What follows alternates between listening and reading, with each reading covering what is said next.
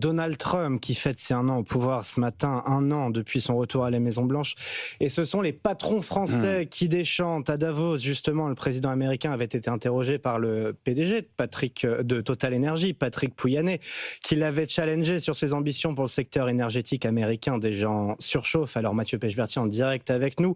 Le patron français le plus implanté aux États-Unis, qui fait donc partie des déçus de la politique de Donald Trump. Ah oui, clairement, extrêmement déçu même lors de l'élection de Donald Trump. Le PDG de Total Energy rêvait d'un nouvel Eldorado énergétique pour les industriels du secteur.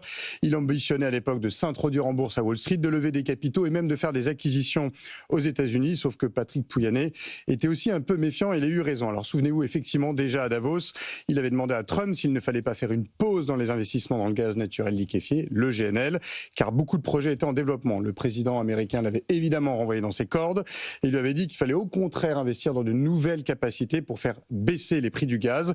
Les deux hommes ne jouaient déjà pas la même partition. Alors aux États-Unis, Total Energy subit la baisse des prix du gaz de 25% en 1 an, même s'il profite en parallèle de l'augmentation de 25% des volumes d'exportation du GNL américain qu'il achemine chez nous en Europe. Même déception pour le secteur du pétrole, où le drill baby drill de Donald Trump n'a pas été suivi d'effet. La production de pétrole va même reculer cette année et l'année prochaine. Et les prix du brut ont chuté sous les $100 le baril, une première depuis le Covid. Autre déçu de la politique de Donald Trump, Mathieu Pechberti, c'est Bernard Arnault. Et oui, évidemment, l'autre pilier du capitalisme français, Bernard Arnault, qui mettait beaucoup d'espoir dans l'élection de Donald Trump. Souvenez-vous, il était venu avec 2 de ses 5 enfants à l'investiture à Washington. Bernard Arnault rêvait d'un retour de la croissance folle aux États-Unis lors de son premier mandat, du premier mandat de Donald Trump évidemment. Souvenez-vous, il avait racheté le joaillier Tiffany et il rêvait donc de récidiver. Mais le président américain a lancé sa guerre commerciale et même si Bernard Arnault a tenté de jouer les négociateurs entre Donald Trump et Emmanuel Macron, rien n'y a fait. Le cours de bourse d'LVMH a perdu 40% les 6 premiers mois de négociation des tarifs douaniers au premier semestre 2025.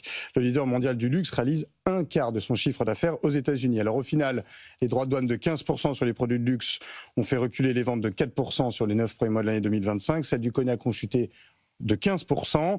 LVMH en trouva quand même une amélioration de ses activités aux États-Unis pour 2026. Le cours de bourse a repris des couleurs.